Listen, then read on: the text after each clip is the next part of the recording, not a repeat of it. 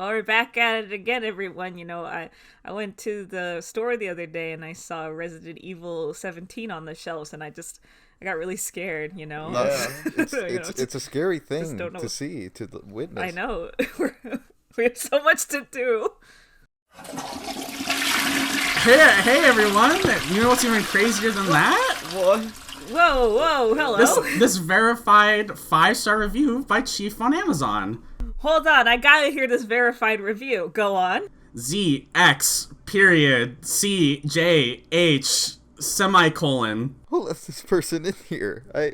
I thought this was a secure underground facility. I'll gladly read it again. 5 stars. ZX period CJH semicolon. That's wonderful. Yeah. Absolutely. That doesn't instill confidence in this movie. I don't know what else will. I think I'm ready. That's quite a unique name.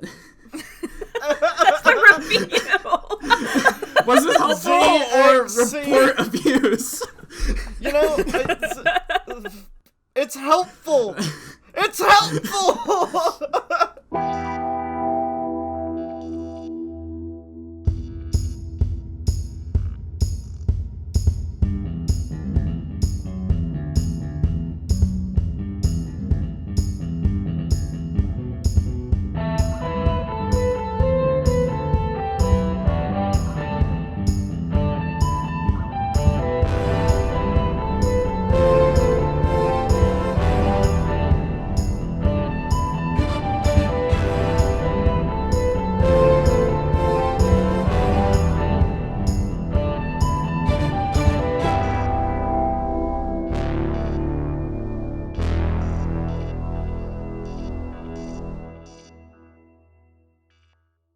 And we're back again.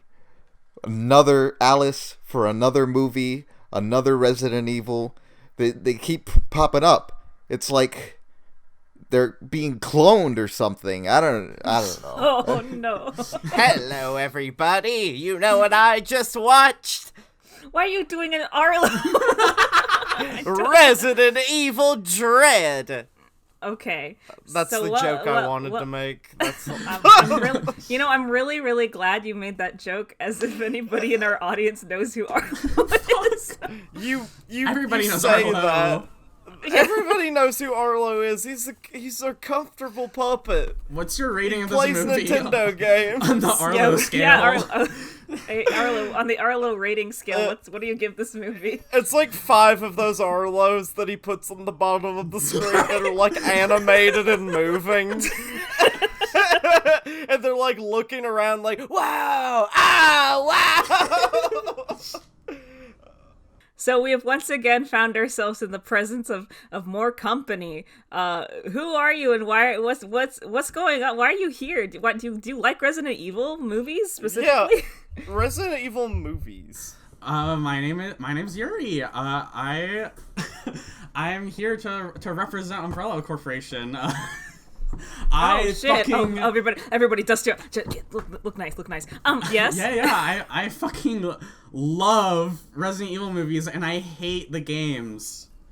I can't stand them, but something about Mila Jovovich they suck. really wins me over. The games, they honestly stink. They don't have superpowers. They don't have psychic powers. There's not a single sci-fi toilet in any of them, right? There's no exactly. a sci-fi toilet, which, those exist in reality, and they couldn't even put those in. We would know. Yeah, those idiots right? at Capcom don't know anything.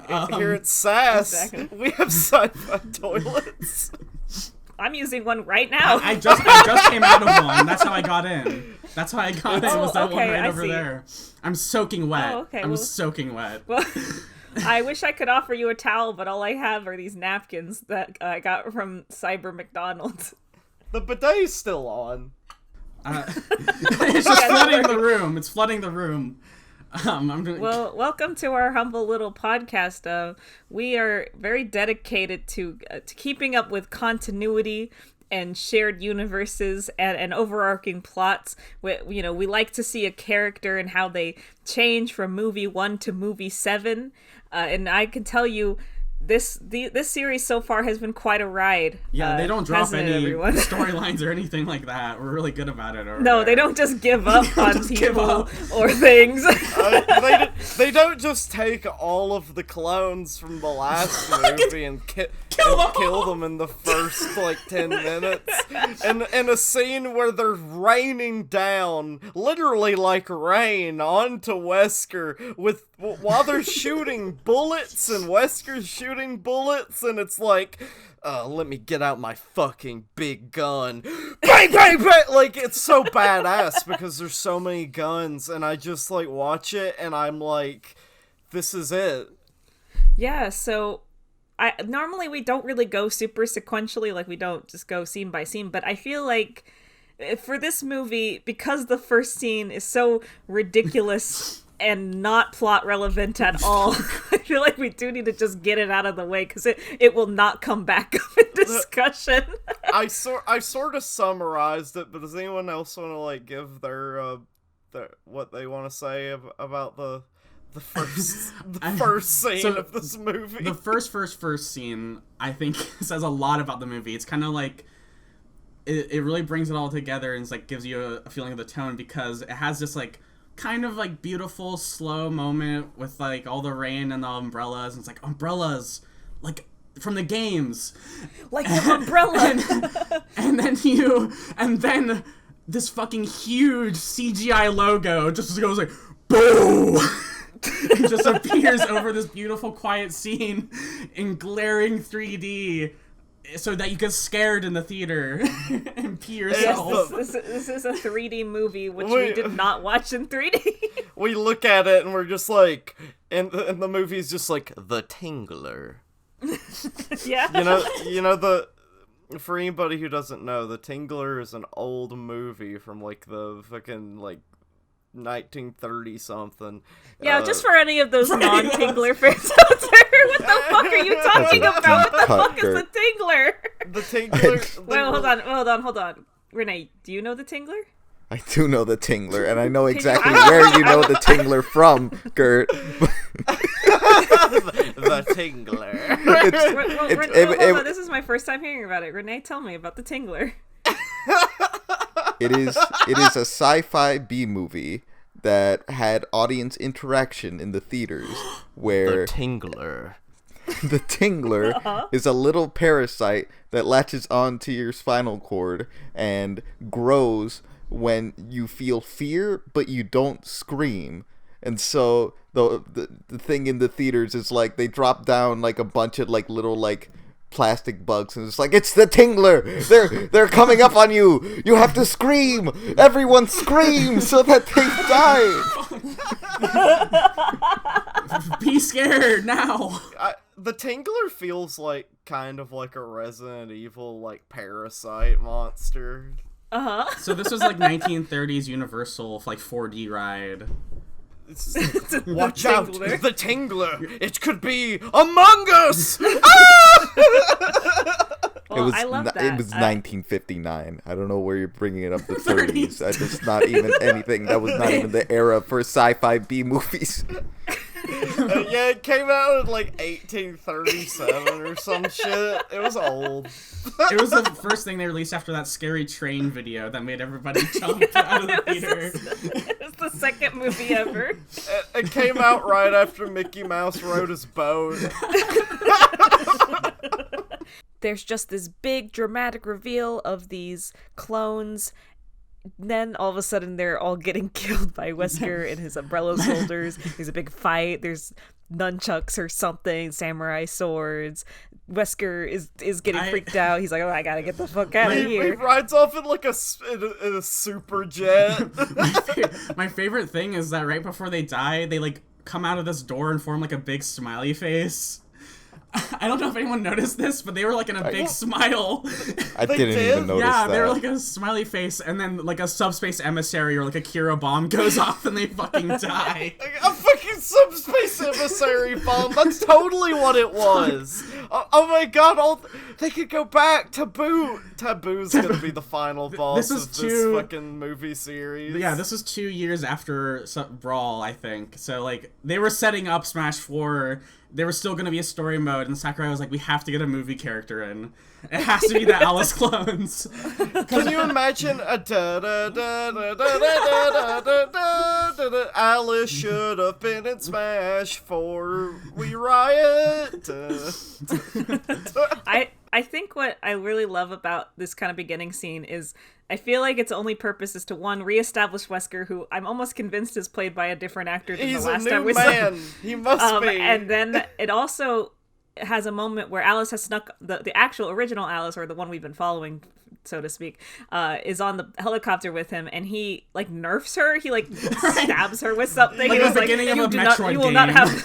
Yeah, like, it literally is the beginning of a Metroid game. God, that's why I said it all wraps around. It's Resident Evil Dread. Wesker took all of Alice's powers, and the last thing that she says is, "Thank you for making me human." And it's like, fuck off. It's like you were like young and powerful and psychic, and like there was nothing wrong with it. We can't keep this charade up. You weren't a freak. There's nothing wrong with you. Ever since that one guy was like, it's just, with Alice, I don't feel like we ever really got an idea of what her inner world is like, because one, she's so blank-faced and monotone half the time, and two, like, every time she expresses sadness for whatever reason, it's always like, well, she's always like that. Like, she was like that in movie 1. We don't have anything to compare it to from how she used to be to now. I was under the impression that she didn't like having superpowers until now. Our understanding of Alice is like a part 3 JoJo's villain that just shows up for a second. And by that I mean she is just everything that she tells us outright, with her voice, with her words out. Like, she doesn't give us anything other than that. She smoked once, and that was pretty badass. Yeah, it was really cool how she ate a pack of cigarettes. Yeah, she ate a pack of cigarettes, and then the dogs went, "Oh!" Alice's stand would be like Rascal Flatts or something. Just like an American, like modern country music icon. She's like she's like in a Ford commercial always. Like her stand just takes. God, I could see her being like showing up in like a Hiller, like I don't know, like, what's the name of that one, like, company where the guys come and they fix your house up, they, like, replace your floor? 1-800-988-EMPIRE. Yeah. Today. Man, you think she belongs in that kind of... What the fuck are you talking about?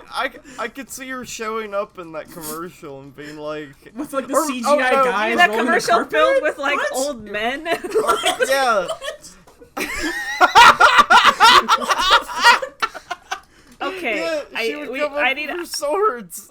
I have to talk about something about this movie, and I am sorry. I am going to have to bring up the games here. I feel like this movie was very heavily inspired by Resident Evil 5. Like, in a lot of ways. This movie, they even like have some like Plaga shit going on. Yeah, they do, and they got the big executioner guy, and Chris is there. And, yeah, Chris Redfield's finally entered the picture, and don't even get me fucking started on how stupid his shit is. Yeah, Chris Redfield, he's like, when he first shows up, he's like a creep in jail. Why? He's like in a Hannibal Lecter room for some shitty reason. I can't remember why he was locked away. I just looked up from my phone and he was in a box. Literally, I think the reason was they found him there, and they just were like, this guy's probably a criminal. Right. He's in here. Yeah, this whole place is like in a prison, right? It's a big prison. Yeah. And there's like a really handsome man that showed Alice around. It's all coming back to me now. I forgot his name though. What was the handsome man's name? Luther. Yes, Luther, yes, Luther King. Yeah, he's great.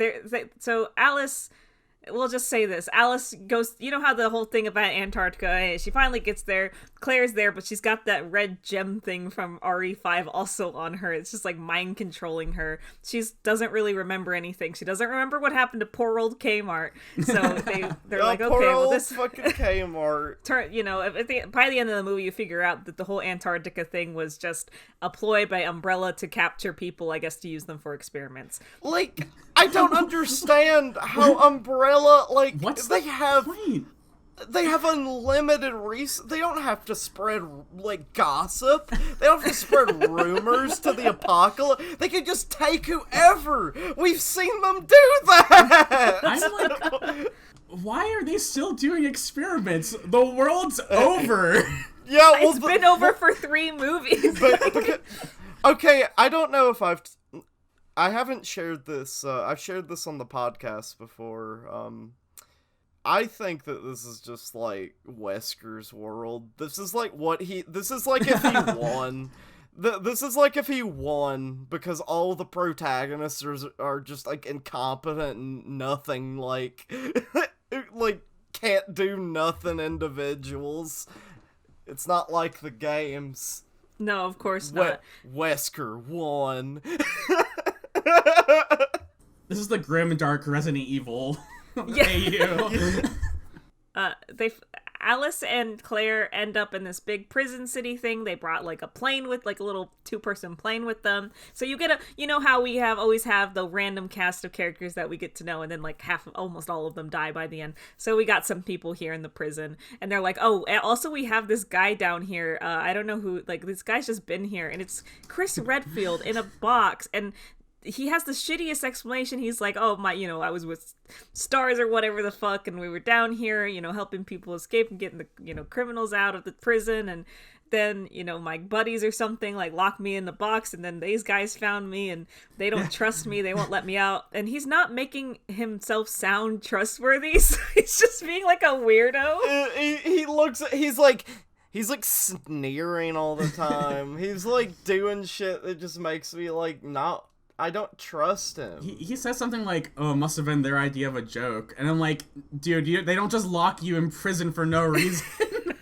Like in a scary box. Like, what? And meanwhile, the whole building is surrounded by zombies and shit. So they're like, okay, we have to come up with a plan. We've heard... does anybody remember the name of what was supposed to be Antarctica, but then it ended up being Arcadia. The boat? Arcadia. Thank you, Rene. Your infinite wisdom, Rene. Rene, will you please explain Arcadia and like what it actually ends up being? So like it was in the third movie, like the place that they could go, like the safe haven, like in a lot of like zombie flicks, like this is where like it's so cold that zombies just like freeze up and they can't like get anywhere, and there's a safe house with like military personnel and food and shelter and stuff. And that's where everybody like talks about. They hear it on the radio channels, like, "Oh, Arcadia, you've been there, right? That there's still people out there. There's still survivors." No, it was all a ploy. It was all a trap. Nothing out there. Just a bunch of planes and boats and nothing. Just Wesker's giant bathroom.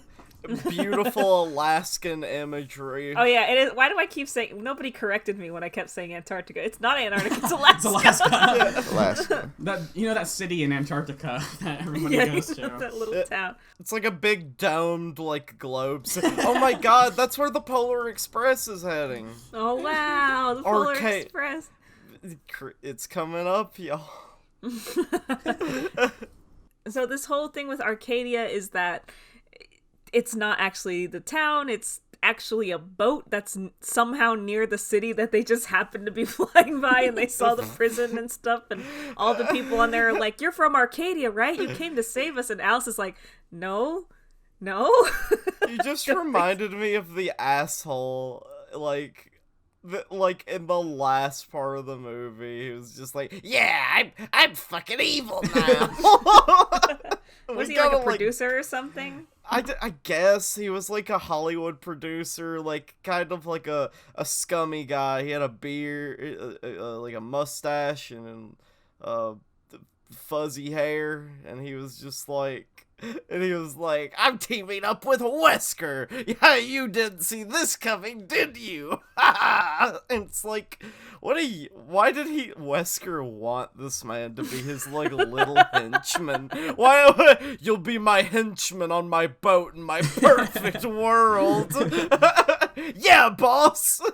You see, they needed to fill out the Left 4 Dead crew, the survivor group, and they needed, like, the asshole scumbag guy who doesn't even, like, know how to, like, do combat and stuff. He's just there wearing his suit and tie and stuff. And so they have him there, and it's like, well, shit, what are we gonna do with this guy? He can't just be an asshole. I guess we'll make him like a twist traitor at the end here. That'll work. You didn't see this coming. I'm gonna live. You guys are gonna die. Ah! I like your voice for him. Yeah, that's right. I was a traitor. Also, we've failed to acknowledge that he's like a movie producer. So he's like an in-joke. He's like, they're like poking fun at themselves. Like, he's like a scumbag producer that pushes he still has an intern? Yeah, is that guy supposed to be his Yeah, like, that guy follows him around. I didn't know what his deal was, though. He's like a little Igor motherfucker. The weirdest thing about this is it feels like relatively soon after an outbreak when this was set. But it's been like 6 years, right? Yeah, like, it's been a while.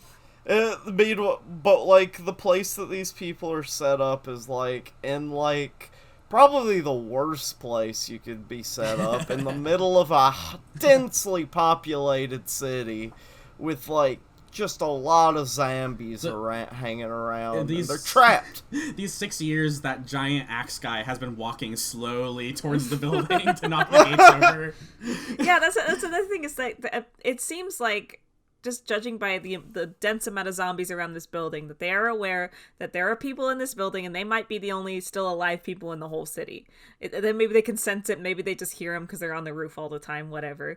So if this executor guy has just been around in the city randomly, like, where'd he come from? Because is he an umbrella guy? Like, because at least with Nemesis, they explained that they experimented on this very specific guy and made a guy, but with this guy, he just shows up. He's just a special infected. They spawn in when Alice gets, like, in a certain radius of the town. Like, he wasn't in there. He spawned in when Alice got close to the place. And, like, he's not like a science experiment. He's like a Silent Hill monster. He's got like big spikes going through his head and shit. Like, he's got like the cowl, and like he's got like this big gothic axe. Like, who made this guy? They were so proud of him in this movie. You could tell that they were so proud of his entrance. They were just like, now this big motherfucker comes in, right? And he's got this big axe, and it's so badass. He's gonna like bang on the door. And there's gonna be this scene. Oh, by the way, everybody, this music has the music in this. Whoa, hold on. Huh? Yesterday it was a hammer. It wasn't an axe. Oh yeah, it has an axe head on the back of it. Because it slices a guy in half. Like, there is an axe part.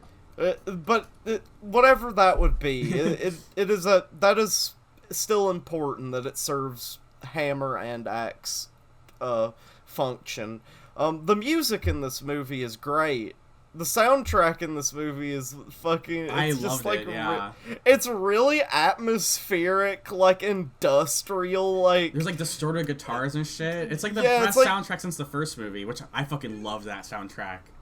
Like, I don't know why this movie has such a fucking good, like... I just remember as I was watching it thinking, God, like... There's some good shit in here. It's really angsty. Yeah, the credits go off super hard. The credits were fucking good. I think that what's with this movie, I feel like I said this about the last movie, where, like, nothing really happens in it. Right? Really. Like, nothing substantial. I don't understand. Like, I guess the point is that every character in this movie is trying to find a safe place to be without zombies and to just, I guess, live out the rest of their life. But it's it's the apocalypse. It's just so hopeless and like sad sometimes. There's no hope for any kind of rebuilding of civilization because every time they're around more than 3 people, like they all die. Yeah, like the apocalypse in the Resident Evil movies feels like the most like, yeah, I think the Earth is like fucked. The virus killed the grass. Like what do they have like, food anymore? I can't stop thinking about that it killed the grass. Like that's like it just still fucks with me, and that was like what, like a movie ago, 2 movies ago? Like 2 movies ago. Well, or was it one? It's like a movie ago. No, it was a movie ago, but it feels like it was 2 movies ago. It feels like it was 2 movies ago because there are a lot of different ideas that happen in the Resident Evil movies. For sure. So the big kind of action, I guess, climactic in a way, aside from the final scene, is the, I guess, escaping the prison scene. Because now the big axe guy, hammer guy, he's bringing down the doors. They're gonna be flooded in with zombies. They're coming in through the walls. Like, it's gonna be crazy. So they're finally like, okay, we gotta let Chris out. He has a moment with Claire where he's like, it's me, Claire, your brother. And she looks at him like she's crazy. Like, I'm your brother! I'm your brother! But she's got, I guess, memory loss or something, so whatever. We don't get any sort of explanation on how cosmically, like, aligned this situation has been. Like, it's probably been, like, 6 years since they've seen each other. God knows when they last saw each other. It's crazy.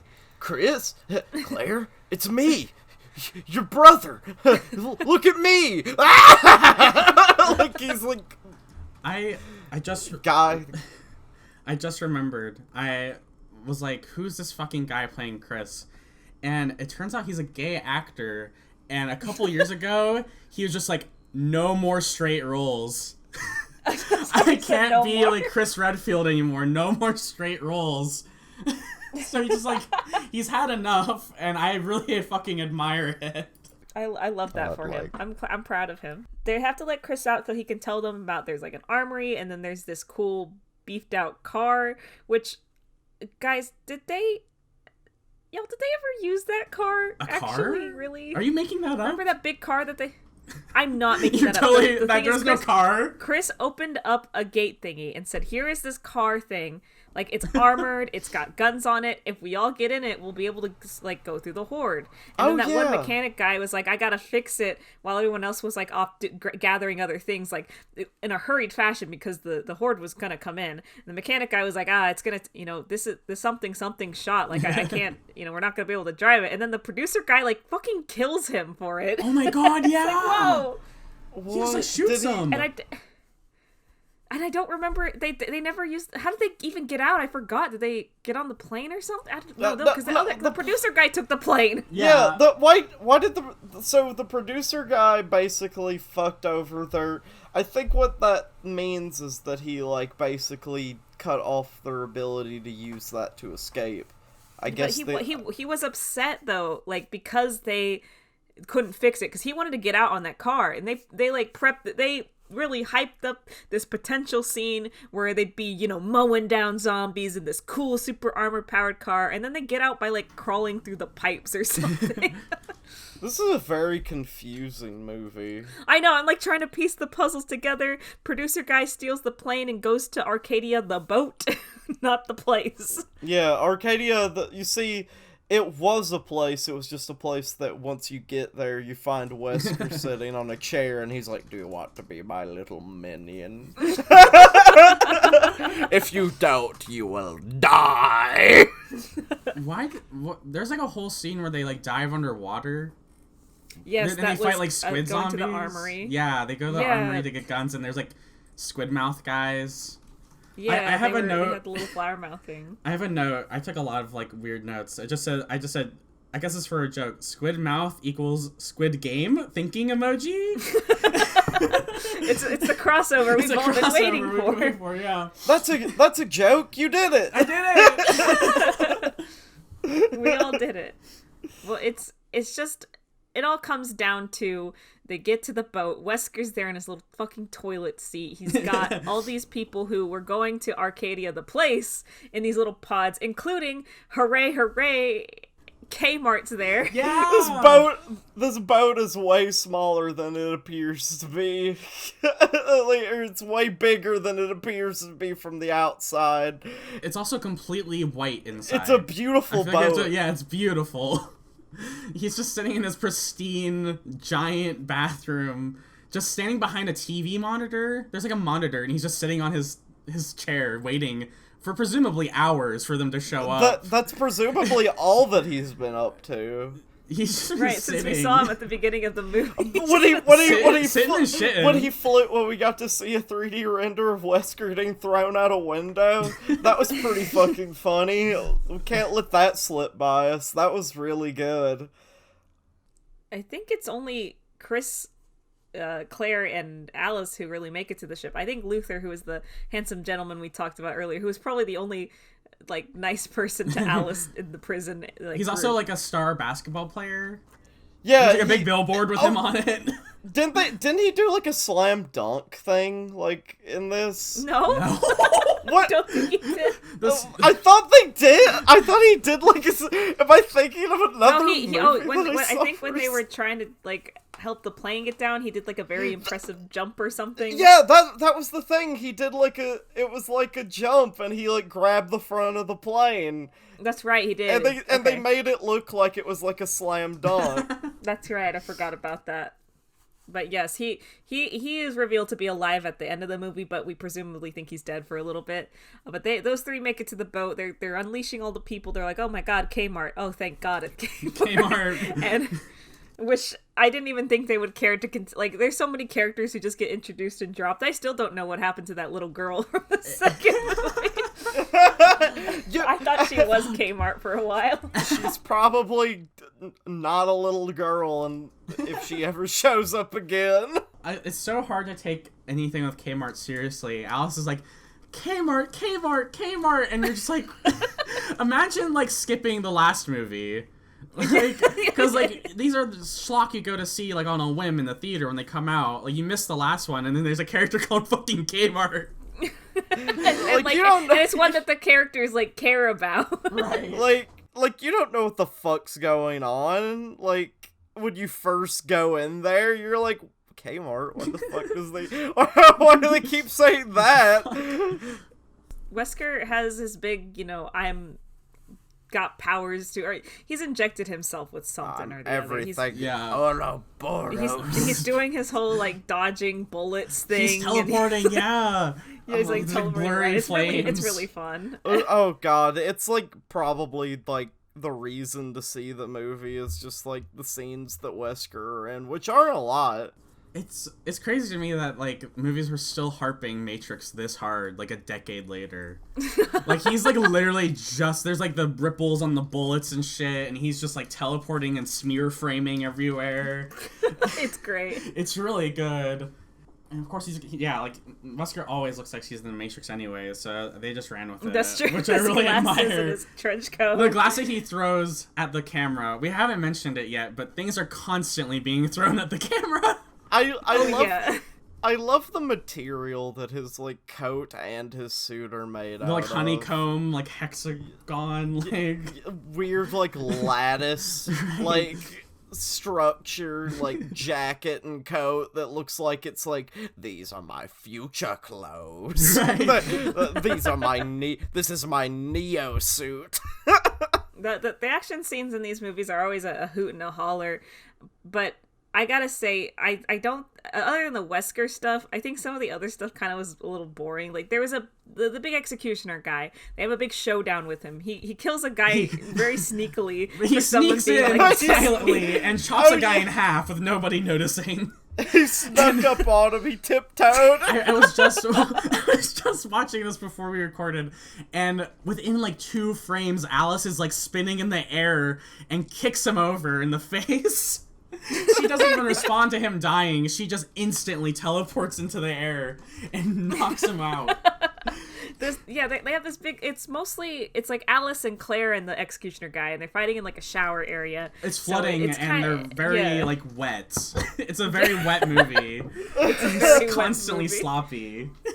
And it's just kind of like, it's a little lame because Claire can't do anything. Like, she can dodge and roll and shit, but she's not super psychic. And I think she has like maybe a gun or maybe like a knife, but she can't fucking do anything. And I think doesn't he end up like slicing himself somehow? I don't even remember how he dies. I bet she's gonna get her powers back at some point for a final fight. Yeah, he dies because Alice slides under him and shoots him in the nuts with a shotgun. She like explodes his dick. Yes, with her iconic coin shotgun. Oh yeah, I forgot. Please explain that, Rene, please. Yeah, Rene, talk about the coin shotgun. She has a shotgun. Its bullets shoot coins. Wait, hold on. Wasn't that Sunset Sarsaparilla? Was it established in the Apocalypse movie? Yeah. I mean, the Extinction movie. I mean, which the one that is an apocalypse, but isn't called Apocalypse. Extinction. Armageddon? Extinction? Yeah, Extinction. And too many words for end of the world. But she uses it a lot in this one. She makes like a. It's funny because there's like a scene where like I think it's with Chris or like some other of it's with Luther. I think it was Luther. Yeah. Like when they were in the prison, she was like fiddling around with her coins, and he was like, "Well, you collect coins?" Like, yeah. It's a hobby, you know. Just yeah, I remember when I heard that, I was like, I think I said something like, "Oh, okay, that's something that she does." But no, right, like she has a personality and interests. Like you said that's something that's established in the third movie. I didn't remember that at all. Like even when we talked, I feel like I would have said something about it when we talked about it. I'm probably bullshit. You could be right, but it almost feels like it was established in this movie because there is the hint of it, like, oh, she's putting coins in a gun. That's weird. And then the like payoff reveal later in that fight scene where she's like shooting with them for some reason. They were planning ahead. They're like, we want to shoot coins into the audience, like in 3D. And just did No More Heroes come out recently? I was thinking of Scott Pilgrim. That, Scott Pilgrim would be it too, wouldn't it? Because that also is a thing. Yeah, I think I feel like it has to be like a cheeky video game thing. Like the director's like, oh, this is gonna be so like cool and meta. It's just like the game. It's just like. It's just like the game. It's like Mario. it's just like Super Mario, the games that we rate. So I think the movie ends with what these movies always end with, which is a sequel tease as Wesker is escaping. He thinks he's done it again. There's exactly the same kind of bomb that blew up the first facility in the beginning of the movie, but it's in the boat.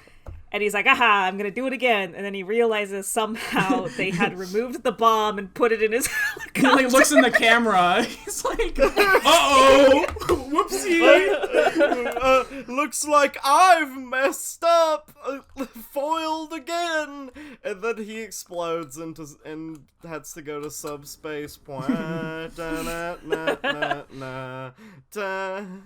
the subjects that have been, captured, they're in their clean white robes and shit. They're standing on top of the boats, all like, wow, we're gonna rebuild a civilization. And then a bunch of super jet ups from Umbrella show up, and it's like, uh-oh, trouble's not over yet. And I just, who is bankrolling Umbrella at this point? I don't know. This is exactly what's the point? Who's making these jets? It's been 6 years since the world completely died. Grass doesn't grow anymore. Probably 80% of the population on Earth is dead. Like, what is going on?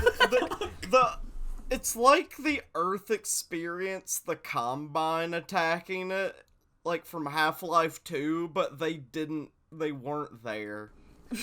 And Umbrella's just like, look at all this shit we can do. The world's a Minecraft server now. Like, they're not making money from everywhere. Because I'm imagining money doesn't have any. It doesn't exist anymore. Who needs money anymore? It's just survived. What are they doing this for? It doesn't make it. They're just evil. We're experimenting. You couldn't understand our motives if you tried, Lou. We are the ultimate life forms. Well, that was a movie, huh? That was a movie. It had a lot of of highs and lows. We forgot to talk about how Wesker turns into a head crab. Oh shit, that's right. He gets like a big claw mouth. Wait, what happened? Remember, he turns into like a squid. He's like, ah. Wait, Wesker did? Did you fall asleep? He has a little monster fight. No, yeah, I Wesker did. 5 minutes of him Wesker being has a little monster. monsterification. He doesn't. He like does some stuff. You know, flicks a tongue out or something. You know. God, yeah, he did do that, didn't he? So, I forgot. Oh, and like Claire and Chris have an epic sibling moment, shooting him over and over.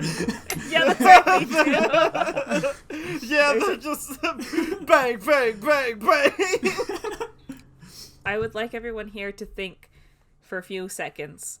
If you had to describe this movie in one singular word, okay? Just everyone think about it. And I'm going to go down the list here, okay? All right, Yuri, what do you got? Toilet. Okay. There's a lot of toilet. There's a lot of sewer. There's a lot of... There is a lot of sewage in this movie. All right, Gert. Soggy. Okay, yes, it was very wet. It was a very damp movie. It's like the very dry world from the last movie had a bit of like rainwater get on it, and now it's stinky. It's like a PB&J you left out for 2 hours. It's like the jelly seeping into the crust, but the crust is like dry. It's like a plate that you leave in the sink. Oh, okay. Yeah. All right, Rene, what about you? 3D. All right. That explains not itself. a lie. 3-dimensional, 2 words, but okay. What about you? What about you, Lou? I'm gonna say promising because I just have a lot of faith in this Promising. I'm sorry. I don't mean to disrespect your word, but where does it go from here? Where do we go? Well, from I guess we'll find out in. Hey, what's the name of this next one after this one? I don't know. I think it's Afterlife. Wasn't this one? This movie's This one was Afterlife. The next one's like I think it's Retribution. No, the other one was Retribution. And we'll find out next time in Resident Evil Attribution. Resident Evil. What? Sun's coming up. We gotta go. That's Gert. Sun's coming up. Hey, look at the time. Look at the time, big guy. I'm going back in my toilet. I'm going back to Angola. Go back down the toilet. I'm gonna. Actually, I'll just add it. I'm Rene. All right. Bye.